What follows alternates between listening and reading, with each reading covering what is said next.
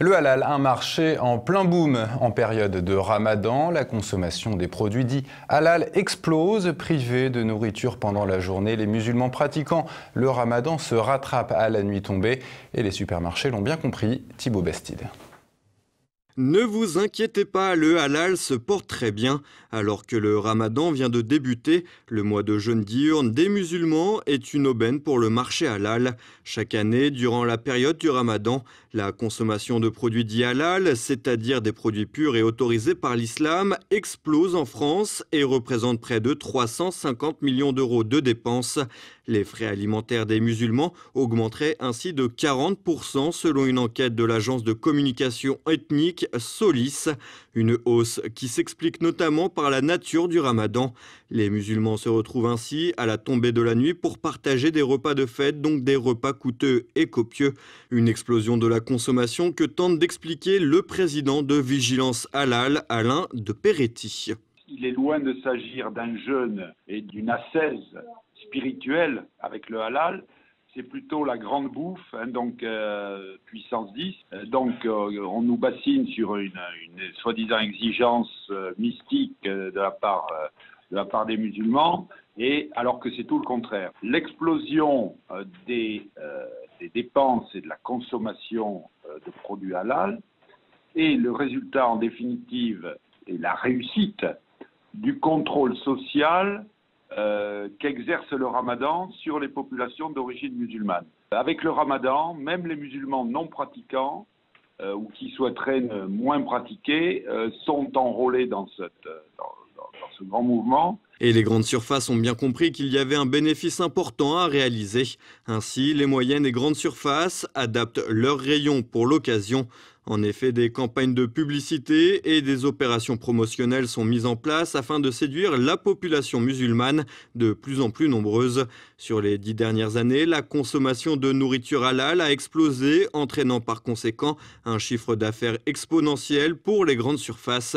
Ce dernier s'est levé à 5,5 milliards d'euros en 2013 et il augmente de 10 à 15% par an. Selon Alain de Peretti, cette explosion de la consommation découlerait d'une radicalisation de plus en plus forte de la religion musulmane en France.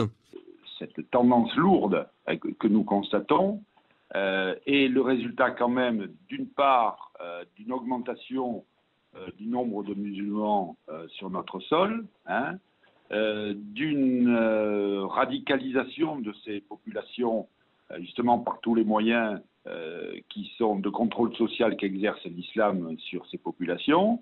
Alors qu'en fait, le halal, c'est le cheval de Troie de la charia. C'est par ce moyen-là qu'on arrive à introduire la charia dans notre société.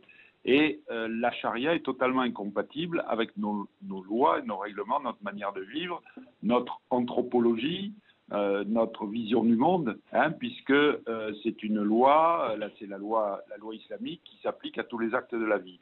Et je cite le grand moufti de Bosnie-Herzégovine, Moussa Vaciric, qui, lors du congrès mondial halal qui a eu lieu à Islamabad en décembre 2010, disait à la tribune « Nous allons conquérir le monde par le mouvement halal ». Et le halal va poursuivre sa conquête des rayons dans les supermarchés.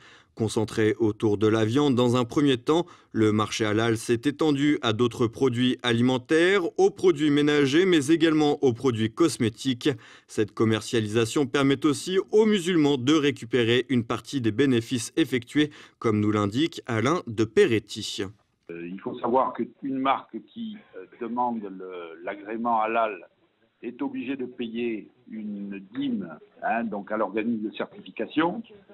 Donc il y a des sommes colossales d'argent qui transitent évidemment par des poches privées, mais ça a été démontré aux États-Unis et au Canada lors du procès au Leland qu'il y avait une grande partie de l'argent du halal qui allait financer des mouvements terroristes. Dans un marché de plus en plus porteur, les industriels ne comptent donc pas stopper la commercialisation des produits dits purs pour les musulmans. À l'échelle de la planète, le halal pèse près de 450 milliards d'euros